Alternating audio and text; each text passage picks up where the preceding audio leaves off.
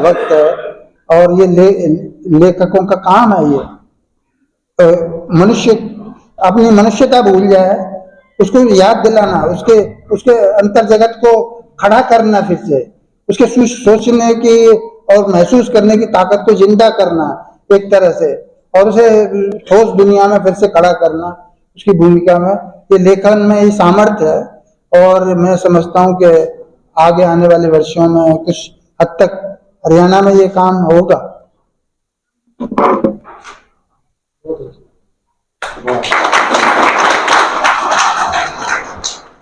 धन्यवाद मनमोहन का, जो बहुत ही विस्तृत बातचीत रखी। फासिज्म किस तरीके से आता है और इससे मुकाबला किस तरीके से हमने करना है, और जो लड़ने वाले लोग हैं, जो विचारवान लोग हैं, किस तरीके से आज के दौर में विचार विमर्श की प्रक्रिया को हमने बढ़ाना है, इस केंद्र को कैसे मजबूत करना है। धन्यवाद मनमोहन। हमारे बीच में जनवादी लेखक संघ के राष्ट्रीय अध्यक्ष चंचल चौहान जी हैं। मैं उनसे अनुरोध करता हूँ वो मंच पर आए और अपनी बात रखें। चंचल चौहान जी जनवादी लेखक संघ पूरा जो हमारा राष्ट्रीय कमेटी है उसके वरिष्ठ अध्यक्ष हैं और उच्च कोटि के साहित्यकार हैं। वो आए और अपनी बात रखें। चंचल चौहान जी।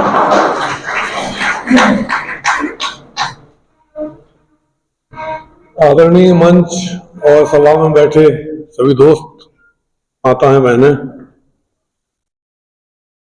जनवादी लेखक संघ 1982 में पहली बार बना था और ये पहला संगठन था जिसने हिंदुस्तान की जो वास्तविकता है, जो सच्चाई है, उसको अपने घोषणा पत्र में डाला था। आज हर कोई बोल रहा है उस सच्चाई को। उस समय इस सच्चाई को लोग नहीं जानते थे। तो सच्चाई क्या थी?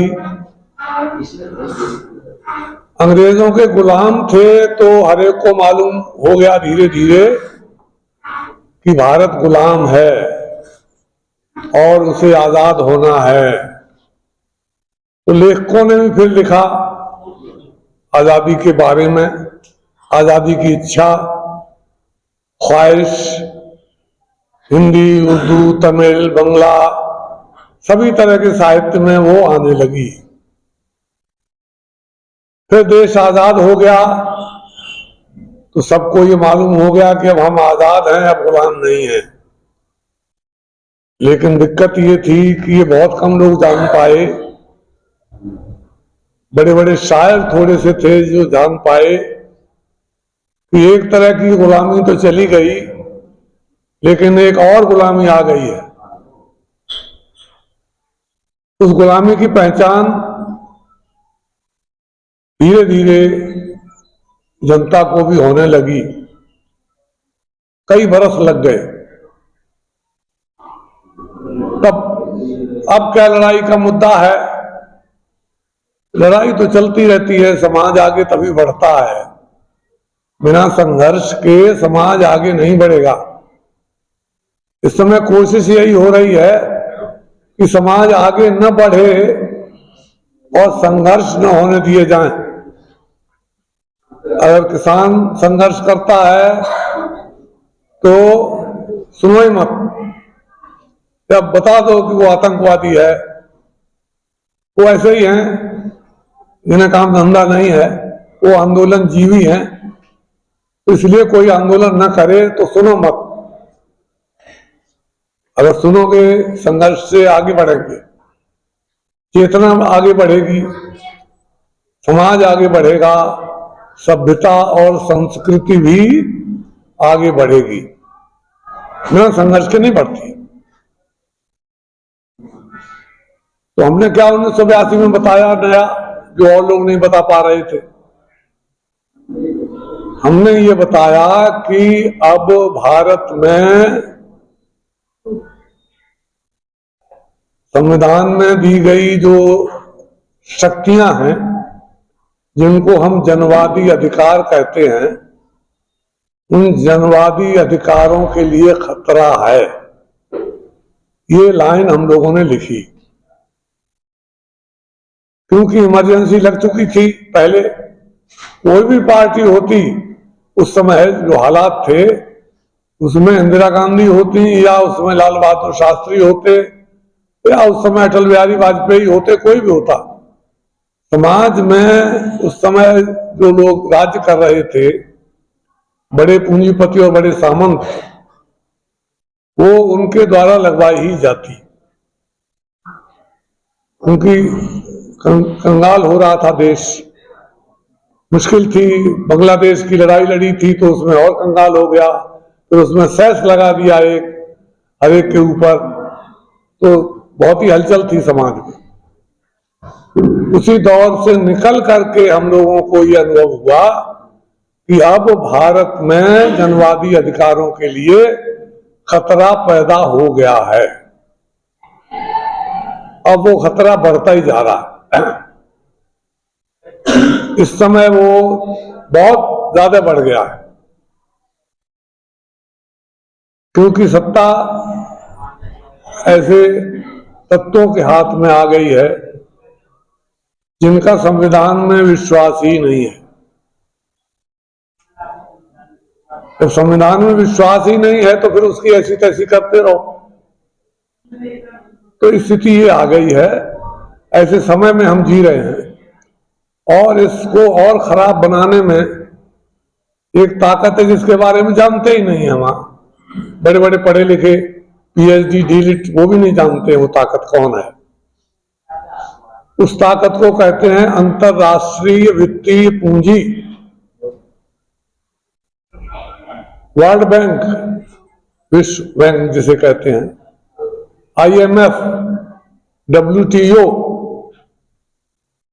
ये संस्थाएं मिलकर के बनाती हैं इंटरनेशनल फाइनेंस कैपिटल, अंतरराष्ट्रीय वित्तीय पूंजी।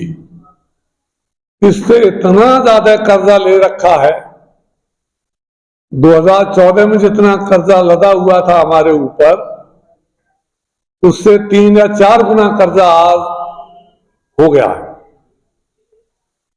तो अब वो चाहता ही नहीं है कि लोग खाएं पिए और थोड़ा बेहतर हो, लाइफ हो। वही चुनते हैं। हर देश का राजनीतिक जो ढांचा बनता है, अब वो लोग डिसाइड करते हैं, वहां से वाशिंगटन से बैठ करके या न्यूयॉर्क से बैठकर। वैसे तो यहां भी दफ्तर हैं दिल्ली में उनके, IMF का भी है, वर्ल्ड बैंक का भी है। वो तय करते हैं, वही बताते हैं कि अब हिंदुस्तान के बच्चों को ज्यादा खाने पीने मत दो, फिर क्या करो, दही अच्छा लगता है बच्चों को, तो दही पे GST लगा दो।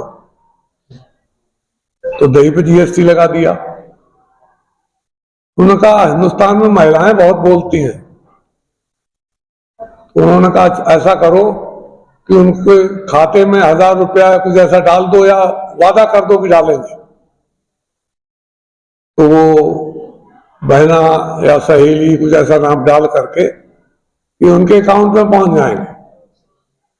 डाले वाले थोड़े बहुत डाल देते हैं, पता नहीं हाँ डालते हैं कि नहीं डालते हैं। वहां महाराष्ट्र में वादा किया था कि देंगे, उसके बाद अब वो ढूंढ रहे हैं किसको दें किसको न दें। करीब 8 लाख तो नाम काट दिए उन्होंने पहले से ही। थोड़े बहुत दे देंगे जो वहां समर्थक होंगी, महिलाएं बहनें हैं, उनको वो दे देंगे। अभी 27 जनवरी को एक खबर पढ़ी हमने कि वो देवेंद्र फडणवीस वहां के मुख्यमंत्री हैं, उनके नाम से हिंदी के अखबार में थी एक खबर कि अब वो सरकारी स्कूलों में अंडे नहीं देंगे।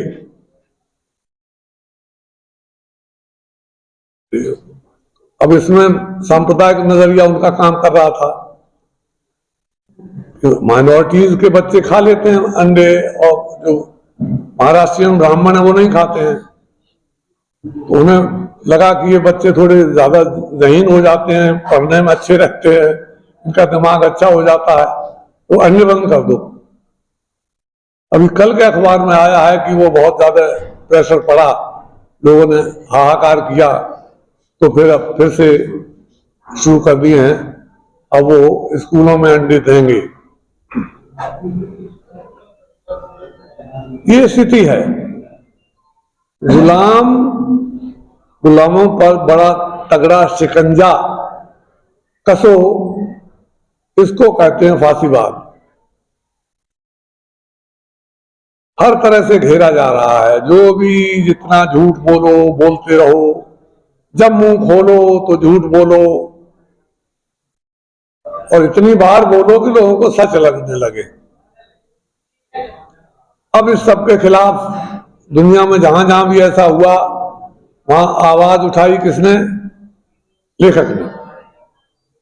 अत्याचार के खिलाफ, दमन के खिलाफ, खून खराबे के खिलाफ आवाज तो उठाता है लेखक। पहला लेखक हमारे हिंदुस्तान का कौन हुआ?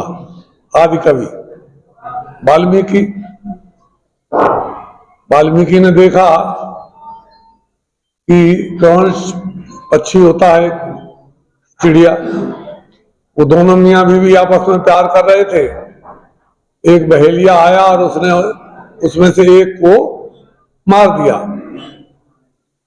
तो एकदम उनके मुंह से कविता निकली, मानसात प्रतिष्ठाम तम गमय शाश्वती समा यत क्रौच मिथुनात एकम वधि काम मोहितम। तूने इन दोनों में से एक को मार दिया, और ऐसे समय में जब ये प्रेम में लगे हुए थे, बुरा तो कर नहीं रहे थे किसी का, तो तूने ये बहुत बुरा काम किया है। हे दुष्ट, तुझे कभी प्रतिष्ठा नहीं मिलेगी। तू कभी प्रतिष्ठा का, आदर का हकदार नहीं होगा। ये पहली कविता है इस देश की। आवाज उठाई वाल्मीकि ने। वाल्मीकि ने भेदभाव भी नहीं किया।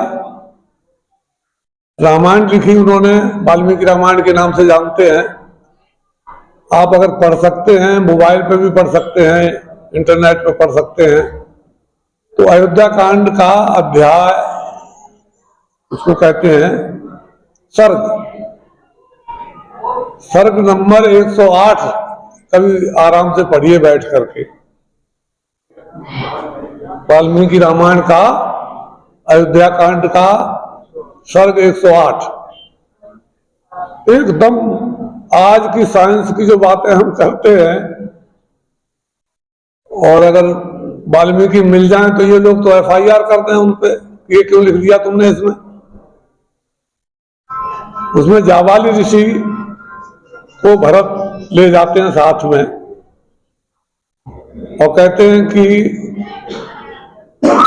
बाबा जी तुम ही समझाओ इनको थोड़ा सा, राम को, कि वापस चलें, अयोध्या का राज्य करें। कहां जंगलों में भटक रहे हैं। आप थोड़े साइंटिफिक टेम्पर के आदमी हैं, वैज्ञानिक चेतना के आदमी हैं, आप समझाइए। तो जाबाली ऋषि उनको समझाते हैं। कहते हैं कहां लगे हो यहाँ झंझटों में। वो कह रहे मैं पिता का शोक मना रहा हूं, उनको श्राद्ध करने जा रहा हूं। तो सब ढकोसले के खिलाफ जाबाली बोलते हैं वहां पर। जैसे हमारे कबीर की वाणी है, नानक की वाणी है, उस तरह की वाणी है वो। हमारे आदि कवि जो है वो इस तरह की बातें कर रहे हैं। हमारे अथर्ववेद में भी लिखा है कि हमारा देश, इसमें तरह तरह के धर्म के लोग रहते हैं, भाषाएं बोलते हैं अलग अलग। 5 तरह के अन्न उपजते हैं। तो इस पृथ्वी को नमन है, प्रार्थना करते हैं। अब क्या हो रहा है? नहीं, अलग अलग धर्मों के लोग क्यों रहते हैं यहाँ? सबको एक ही धर्म मानना चाहिए। ये क्या बात हुई भाई? अरे आजादी हमारे संविधान ने इसीलिए दी है कि आपको जो अच्छा लगे वो धर्म मानो, अच्छा नहीं लगे तो मत मानो। आपको ईश्वर अच्छा लगता है तो मान लो, ईश्वर अच्छा नहीं लगता है तो मत मानो। कबीर को बहुत समय तक अच्छा लगा। फिर एक स्टेज आई जब कबीर को अच्छा नहीं लगा, तो उन्होंने कहा कि मेरा राम कहे मेरी भलैया, मेरा नाम, मैं राम का नाम नहीं लूंगा। और यहां तक कह दिया कि अगर मैं राम का नाम लूं तो मुझे कुत्ते का पुत्र समझिए आप, अगर मैं राम का नाम लूं। ये है। तो आजादी उनको जब तक लगा कि हाँ ठीक है, राम नाम के रूप में है, निर्गुण है, तब तक माना। एक समय आया उन्हें लगा कि नहीं, अब है नहीं, कुछ नहीं है, ऐसे ही गलत है, तो उन्होंने लिख दिया कि नहीं है। अब उन पे FIR कर दोगे कबीरदास पे, यहाँ FIR हो जाती है, जरा सा कोई कुछ कह दे तो FIR कर दो। इसलिए ज्ञान का प्रसार नहीं होना चाहिए। ज्ञान का प्रसार अगर करोगे तो भाई तुम्हारे ऊपर कुछ हो जाएगा। झूठ बोलो, जैसा कि अभी मनमोहन जी कह रहे थे, हाँ झूठ बोलो। कबीर के समय में भी उनका भी होता था, सांच कहो तो मारन दावे, झूठ है सब पते आना। झूठ सबको अच्छा लगता है और सच्ची बात कहो तो मारने के लिए आ जाते हैं। तो ऐसा समय है। अब ऐसे समय के लिए क्या करना चाहिए? संगठित तो होना पड़ेगा। 1982 में संगठन इसी वजह से बनाया था। उस समय भी तरह तरह के बिल आ रहे थे, जिसमें पढ़ाने वालों को भी, हॉस्पिटल में काम करने वालों को भी, सबको जो है उन पर नकेल कसी जा रही थी। इकट्ठा होने पर मना हो रहा था सब जगह। अब भी ऐसे ही कानून बना दिए हैं, इकट्ठे मत हो, लेकिन लोग तो इकट्ठे होंगे। इकट्ठे नहीं होंगे तो चेतना कैसे बढ़ेगी? चेतना नहीं बढ़ेगी तो समाज कैसे आगे बढ़ेगा? और समाज आगे नहीं बढ़ेगा तो हमारी संस्कृति कैसे उन्नत होगी? हमारे यहाँ पर प्रोफेसर ओम प्रकाश ग्रेवाल हुआ करते थे कुरुक्षेत्र यूनिवर्सिटी में। उन्होंने बीज डाला था यहाँ को हरियाणा में, संस्कृति को बेहतर बनाने के लिए प्रोफेसर ओम प्रकाश ग्रेवाल ने ही नींव डाली थी। वो वहां भी शामिल थे हमारे 1982 के सम्मेलन में भी, और हरियाणा में भी उन्होंने शुरू किया था। तो वो कहा करते थे कि भाई हरियाणा में अभी थोड़ा सा संस्कृति पिछड़ी हुई है। अरे मैंने कहा क्या बात कर रहे हो भाई, यहाँ तो बड़े बड़े ज्ञानी हुए हैं, वाल्मीकि गुप्त यहाँ हुए हैं, और वो उर्दू के भी कई बड़े लेखक यहाँ हुए हैं जिन्होंने आजादी में पहली बार नारा दिया था, संपूर्ण स्वराज्य चाहिए। ये नारा हरियाणा के ही एक लेखक ने दिया था। तो मैंने कहा ऐसे मत कहो भाई, संस्कृत में पिछड़े हुए हैं। हमारे कॉलेज का प्रिंसिपल उस समय कारण नहीं होती थी, तो बस से ही अपने घर जा रहा था, बगल में एक हरियाणा का छोरा बैठा हुआ था। तो उससे पूछा कि अरे बस ढोलक में आ गई? हाँ ढोलक में आ गई। फिर और आगे बढ़े, उन्होंने कहा ये दिल्ली कैंट का सदर बाजार है? उन्होंने कहा हाँ सदर बाजार है। और आगे बढ़े, एक और स्टॉप बोले कि ये वो जगह है? हाँ वही जगह है। तो हरियाणा के उस छोरे ने पूछा कि ये बताइए, तो पूछ तो रहा है जाना कहाँ है? तो जाना वाना कहीं नहीं, कहीं जनकपुरी है। मैं वैसे ही पूछ रहा था, मैं तो रोज जाता हूँ। अच्छा, तो जाना वाना कहीं नहीं है, जनरल नॉलेज बढ़ा रहा है, जनरल नॉलेज बढ़ा रहा है। तो मैंने कहा इतना सत्य को पकड़ने वाला हरियाणा का वो छोरा है, तो हरियाणा में तो सत्य को पकड़ने वाले लोग बहुत ज्यादा होंगे। और यहाँ इसीलिए ह्यूमर का, सत्य का, मजाक का, सबका ऐसा वातावरण रहता है, इससे बढ़िया और क्या कल्चर होगी? मुंह फुलाए बैठे रहो वो कल्चर है, या बोलो? तो यही है, आपको लब मिले हुए हैं, बोल की लब आजाद हैं तेरे, ये फैज साहब ने कहा था। तो संगठन बनाने का मतलब ही यह है, बोल कि लब आजाद हैं तेरे, अपने बोलने की आजादी को कम नहीं होने देंगे। बैठेंगे, जैसे आज हमें बहुत खुशी हो रही है, भरा हुआ है हॉल, इसी तरह से बैठने के प्रोग्राम करते रहेंगे तो आगे बढ़ेंगे।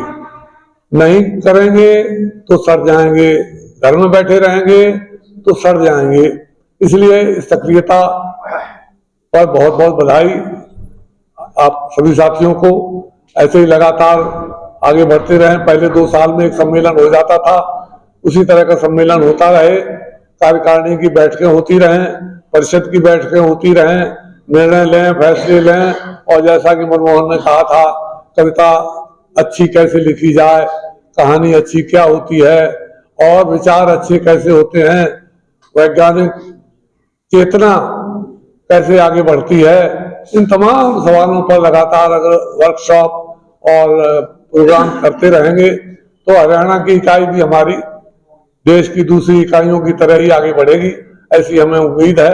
इसी उम्मीद को लेकर के हम दिल्ली वापस जाएंगे। तो आप सबसे भी यही रिक्वेस्ट है कि इस संगठन को सक्रिय और जीवित बनाए रखें, इसको कतई शिथिल न होने दें। धन्यवाद। धन्यवाद चंचल चौहान जी का।